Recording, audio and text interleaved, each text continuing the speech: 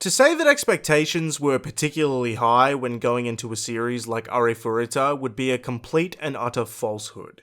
When shackled to a genre and premise such as this, there seems to be a hard limit of what heights a show can ultimately reach. Though I must concede the promotional materials and the From Commonplace to World's Strongest subtitle did inspire confidence in an edgier take on the well-worn isekai plotline. Even this expectation failed to be met.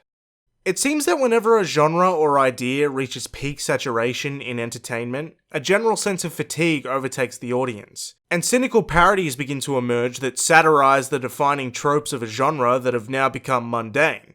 A recent example in Western media is that in contrast to the monolithic and sanitized MCU, a show like The Boys emerges, where instead of being saviors and aspirational figures, the superheroes are utterly detestable corporate pawns who are actually the bad guys themselves. And it's clear from shows like Konosuba, Re:Zero, Rising of Shield Hero, and even Okasan Online that a similar fatigue has well and truly set in with anime and isekai. Through the success of these shows specifically, and the many more on the horizon, it's clear that people are still interested in isekai generally. But what is even clearer is that there needs to be something unique or interesting to make the viewing not only worth it, but to make the shows themselves actually identifiably distinct from every other cookie-cutter light novel adaptation that floods our screens season to season. What these shows need is a hook of some kind, and a hook, a substantial reason to watch this show over others, is exactly what Arifureta from Commonplace to World's Strongest is pretending to have. When a show opens with a typical wimpy, eunuch harem protagonist being intentionally attacked by a classmate, being trapped at the bottom of a labyrinth, and having his arm ripped off by a creature in this new world he can't possibly understand, that seems just ballsy enough to suggest that the show is aware of the isekai genre's many pitfalls, and is actively seeking to subvert them. But unfortunately, that illusion slowly fades during Hajime's time in the labyrinth, and utterly evaporates for good once he's escaped. Based on how he behaves after his experiences at the bottom of the labyrinth, it's clear that what he endured, venturing out from safety, barely scoring a kill, and scurrying back to consume the spoils, damaged him both mentally and physically. These experiences take a powerless but earnest and eager to help young man and warp him into a hardened, aloof, and selfish mercenary of sorts, who can look upon an imprisoned immortal and not feel an ounce of desire to help her out. What this change seems to suggest is that the show acknowledges the original Hajime's unremarkability and inadequacy as a protagonist, seemingly biting criticism of the ubiquitous harem hero, and instead changes him in the first episode so fundamentally that he is altered down to his actual DNA. A clear recognition that nobody wants to follow this kid's journey, and that it's this guy we all came to see. The origins of this guy are quite compelling too, born from Hajime hovering somewhere between human and monster, and somewhere between constantly dying and being perpetually kept alive. He very quickly loses the sensitivity and thoughtfulness that he used to have before entering the dungeon, instead becoming cold, distant, and ultimately selfish. After all, not focusing entirely on his own survival, or hesitating to prioritize it for even a second, could easily get him killed. Given that, it's no surprise that he is wary, even indifferent, to things that could potentially put him in danger.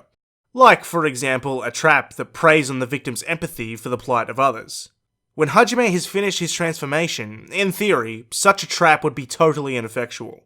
But this is still undercut by the fact that what moves Hajime to ultimately rescue Yue is that he learns she too was betrayed by her allies. On the surface, that makes sense. Hajime was also betrayed, and he had to suffer greatly as a direct result. But thinking a little deeper about how he rationalizes his own betrayal makes his actions here come seemingly out of nowhere. When lying there in agony at the bottom of the Great Orcus Labyrinth, Hajime only languishes in his betrayal long enough to figure out that he'd even been betrayed in the first place. He asks himself why it happened, identifies specifically who it was, and then literally says it doesn't matter anymore. This experience did not create any kind of burning desire for revenge in Hajime. He spends no more than 10 seconds cursing his fate before he simply resolves to escape the labyrinth and go home, claiming that any impediment is an enemy. Then spends the rest of the anime doing things he doesn't want to do in order to satisfy other people, the Beastmen, his teacher, and presumably many more. To suggest that this man, who doesn't care about the circumstances of his own betrayal, would be moved by somebody else's is frankly unbelievable. The series is full of contradictions like this, and it's a far worse narrative choice than if he had just emerged from the labyrinth with an explicit desire to help the disenfranchised and the downtrodden in the first place. Betrayal can be a powerful narrative tool, and the reason it's noteworthy in a show like The Rising of S.H.I.E.L.D. Hero is because it underpins almost everything that transpires in the rest of the series. It's the reason Naofumi resorts to owning a slave, the only person who literally can't betray him, why he develops powers that feed on his anger and resentment, and why him learning to trust his comrades is such a compelling and recurring narrative thread. In Arifureta's case, it's a contrived and insignificant footnote in instigating the plot. Hajime may as well have fallen down into the labyrinth by tripping or a monster attack for all the importance his being betrayed has in the plot, much less for how believable it is that he cares about betrayal at all, his or anyone else's. Sure, his horrible experience at the bottom of the labyrinth turned him cold and aloof, and that would be an interesting character arc to explore if it were actually what were happening in the show. In reality, his constant groaning about being apathetic to the woes of others is just a crutch to make him appear cool and disinterested. But this already thin veneer is weakened further by him being an errand boy for those very same people. He's even more of a doormat than he was before his transformation. The show plays it as him coldly doing business for his own gain, and in some cases for comedy, but he's still just travelling around doing busy work like all the other boring isekai protagonists before him, despite claiming any impediment to his goal should be killed. And to be clear, Hajime isn't boring because of any of his surface level attributes. Overpowered characters can work, aloof and unempathetic characters can work, and the characters that are defined by their suffering can work too. Hajime Nagamo just doesn't work because the character isn't fully committed to being any of these things.